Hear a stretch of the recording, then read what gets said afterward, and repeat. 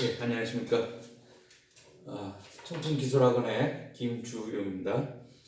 오늘은 120회 토목시공기술사 1교시 문제풀이를 한번 해볼 거고요. 문제풀이 하기 전에 여러분에게 기술사 공부를 좀 어떻게 해야 되는지, 또 답안을 어떻게 작성을 해야 되는지, 그 다음에 또 어떻게 하면 고득점을 받을 수 있는지, 요거에 대해서 이제 제가 갖고 있는 저만의 팁을, 저만의 팁은 아닐 거고, 그냥 제가 알고 있는 몇 가지 사항들을 좀 말씀을 드리도록 하겠습니다. 여러분께서 이제 기술사 공부를 하시는데, 기술사 공부를 하시면서 먼저 이런 개념을 좀 두고 공부를 하시면 좋을 것 같습니다. 그래서 기술사에 대한 좀 정의에 대해서 여러분 좀 아시면은 공부하시는데 좀 더 접근하시기가 편할 걸로 보여집니다. 그래서 기술사법 2조에 보시면은 기술사란 고도의 전문 지식이 있어야 되고, 그 다음에 기술사란 그 다음에 실무 능력이 있어야 되고, 그 다음에 자격시험에 합격한 분을 기술사라 한다, 이렇게 정의를 내리고 있어요. 그래서 이 정의를 여러분께서 잘 생각을 하시면은 공부하는 어떤 방향을 잡으실 수가 있습니다. 그래서 고도의 전문 지식이라 그러면은 예를 들어서 교수님 같은 경우 이렇게 이제 원리와 원칙, 또 그 다음에 아주 체계적으로 이렇게 깊이 있는 또 한 분야에서 깊이 있게 공부하지 않습니까? 이런 어떤 기술사가 요구되는 고도의 전문 지식이 필요합니다. 다음으로 실무 능력이 필요합니다. 실무 능력이라는 것은 이제 소장님이죠. 소장님이라든지 아니면은 현장의 반장들이라든지 이런 분들이 또 실무 능력이 많지 않습니까? 그래서 그 실무 능력만 있어도 안 되고, 소장님이나 반장처럼 이런 것만 있어도 안 되고, 그 다음에 교수님처럼 어떤 지식만 있어도 안 된다는 얘기예요. 그러니까 이런 전문 지식과 실무 능력이 있고, 또 이 두 가지만 있어도 기술사가 아니라 자격 시험에 합격을 해야지 됩니다. 그래서 이거는 어떻게 보면은 시험을 보는 어떤 스킬이라든지 기술이 좀 필요한 거죠. 그래서 답안 작성하는 요령이라든지 공부하는 방법, 이런 것들이 필요하게 되겠습니다. 그래서 이런 어떤 답안 작성 요령을 조금 간단하게 말씀을 드린다면, 공부하는 방법부터 말씀을 드릴게요. 여러분 이제 공부를 하시는데 대부분 분들이 아주 많은 시간과 많은 돈을 투자해가지고서 이제 공부를 하고 계세요. 그리고 또 경험도 상당히 많으신 분들이 많은데 번번이 이제 시험을 보게 되면은 실패하는 경우가 있는데, 그런 경우들을 이렇게 보면은 어떻게 보면 이제 이렇게 합격권이, 이게 이제 합격이라고 치면은 아주 보시면은 공부를 좀 불쌍하게 하시는 분들이 이렇게 공부를 하시는 분들이 있어요. 이게 공부 범위를 이렇게 하시는 거예요. 그래서 결국에는 불합격되는 거죠. 이게 합격에 대한 이 공부를 해야 되는데 엉뚱한 범위를 공부를 하셔가지고서 불합격하시는 분들도 많이 있습니다. 가장 효율적인 공부는 사실은 이렇게 합격 범위 정도만 딱 하면 좋겠죠. 그런데 이렇게까지는 할 수 없으니까 좀 더 많은 범위를 공부를 하되, 그래도 경제적으로 공부를 해야 됩니다. 그래서 이렇게 엉뚱한 범위에서 공부를 하시면 안 되고, 또 이제 제가 느끼는, 저도 이제 몇 분들을 가르치고 이렇게 하다 보니까는 느끼는 그게 있습니다. 그래서 몇 분들 이제 이렇게 답안 작성한 거를 쭉 보면은, 이분은 어느 학원에서 공부하신 분이다. 저분은 어디 학원에서 공부하시는 분이다.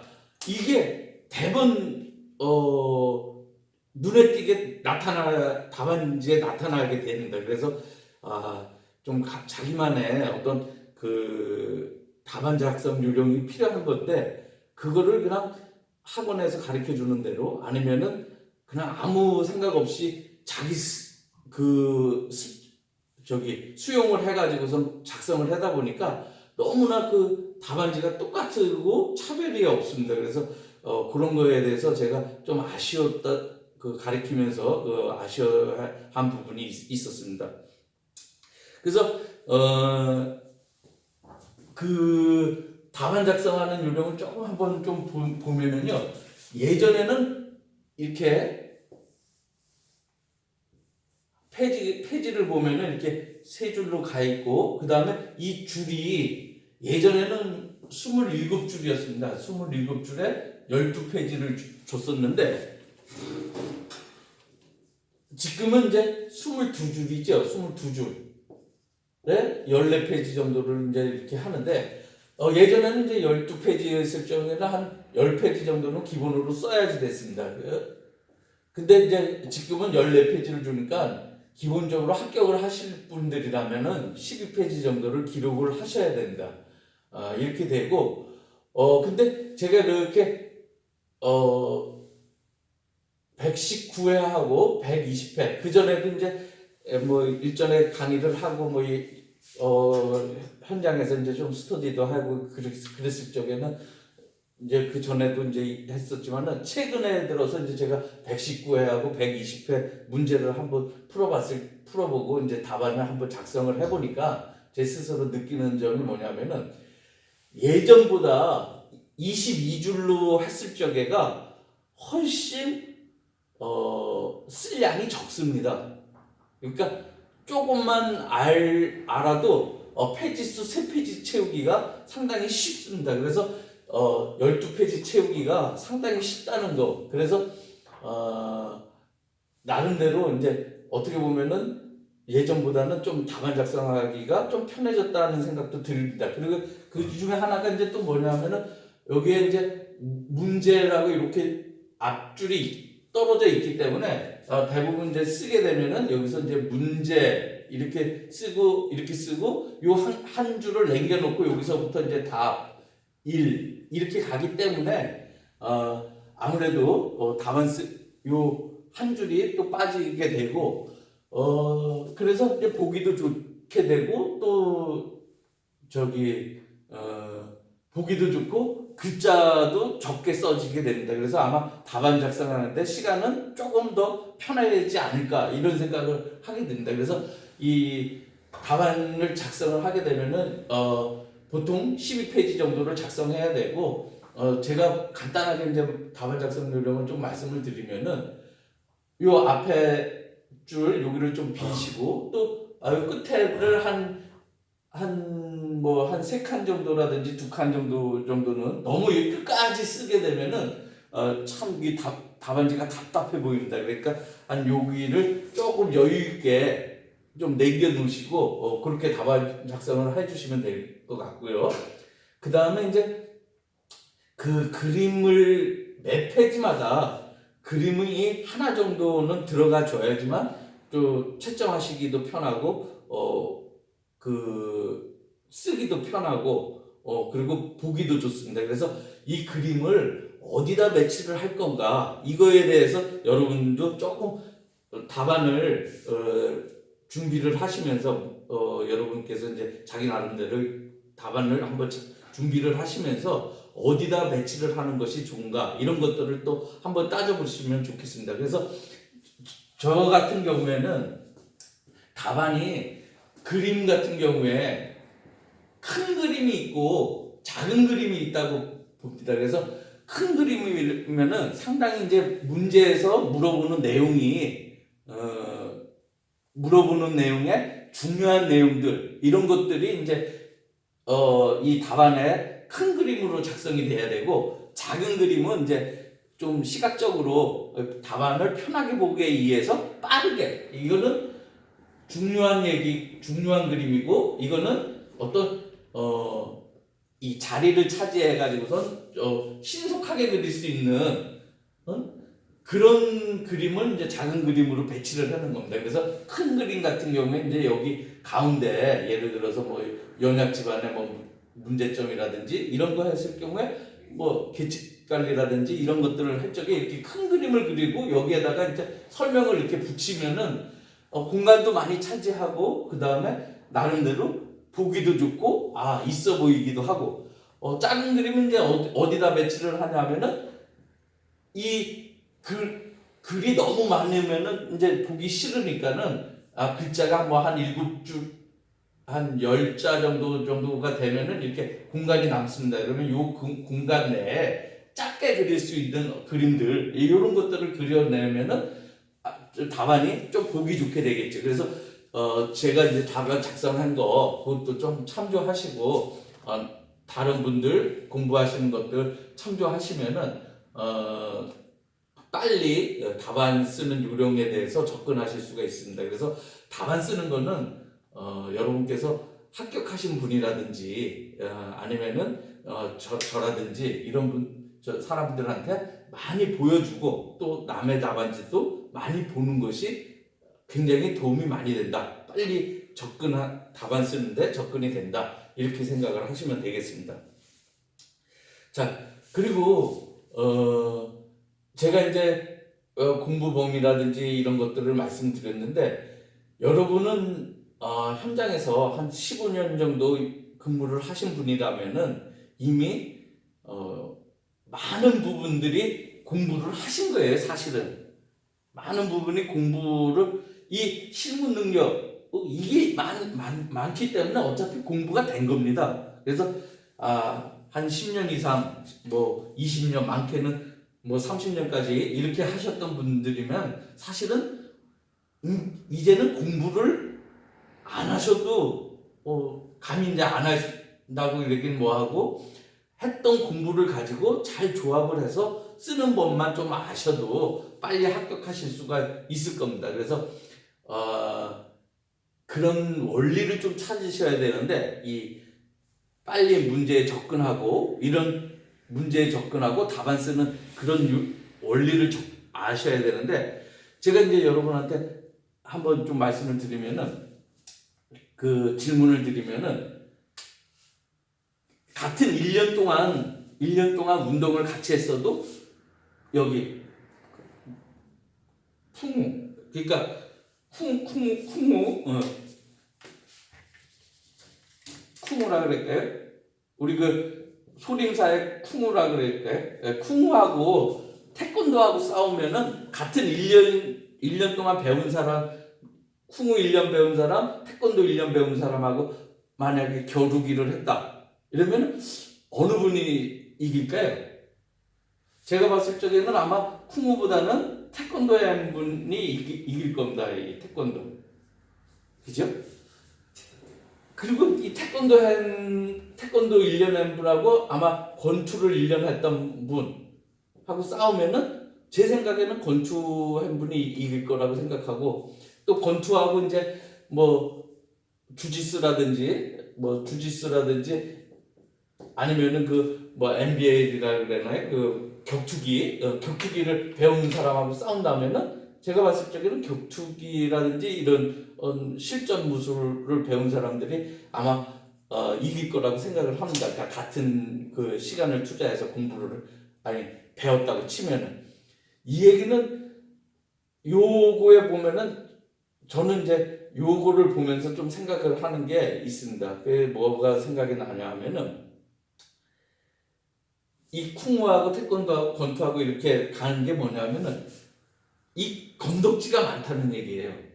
그러니까 예를 들어서 이 소림사의 그 어떤 권법이라든지 이런 것들은 뭐 우리 이렇게 당랑권 이러면서 하는 게 너무 형식적으로만 흘러가는 거예요. 우리 뭐 태권도도 품새 있고 이랬지만 근데 이쪽으로 갈수록 실전 무술로 갈수록 현장하고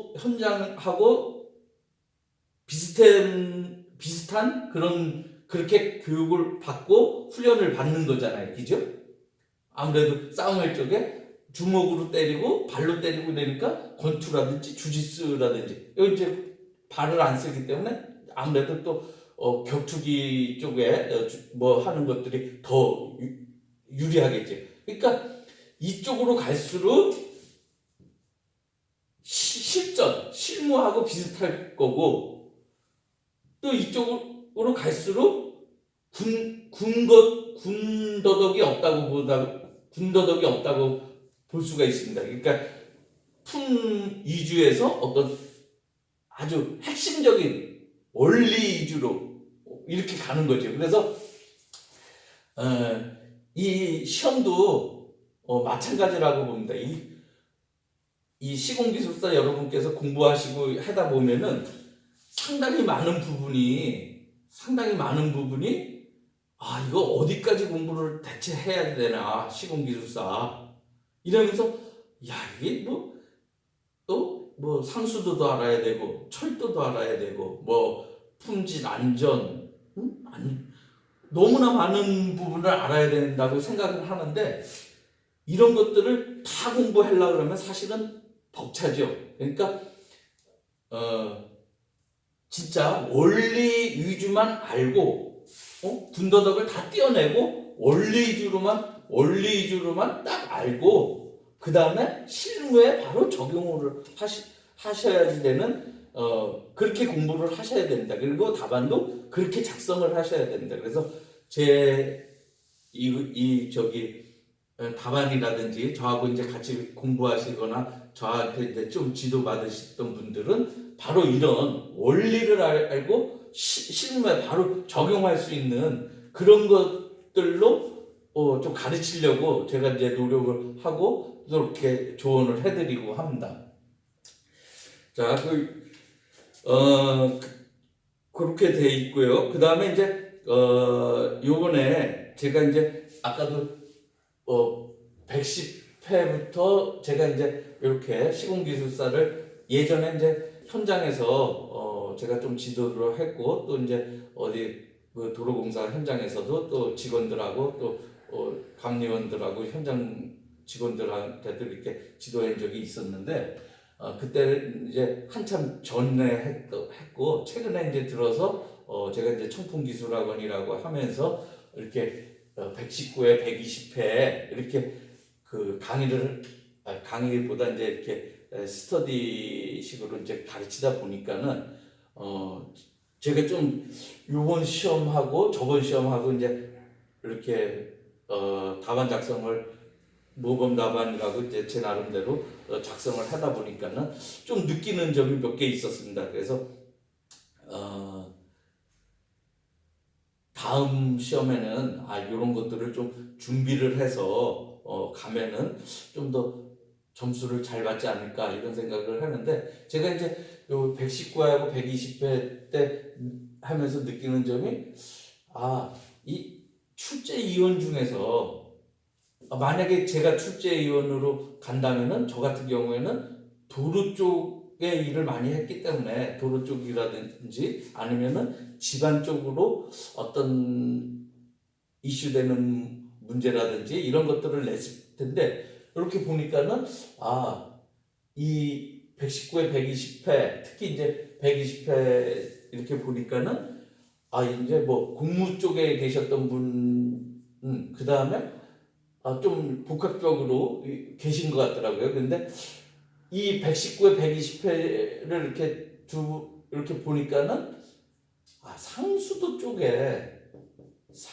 쪽에 공부를 하고 계시는 출제자이시거나 아니면은 상하수도 분야에서 좀 많이 근무하신 분이 출제에 계속 들어가시는 것 같다는 이런 느낌도 받았습니다. 그래서 여러분도 그런 거를 좀 잘 생각을 하셔가지고 하면은 차후에 좀 더 이렇게 좀 방향 잡아가시기도 좋으실 것 같고, 그리고 뭐냐 하면은 이 출제자가 1교시 출제하고 2교시, 3교시 다 출제를 하기 때문에 보면은 1교시에 상수도 문제가 나왔다든지 이러면은 어디 또 3, 4교시에 어디인가 또 나올 확률이 많이 있거든요. 그래서 그런 것들, 그래서 여러분 쉬는 시간에 결코 그런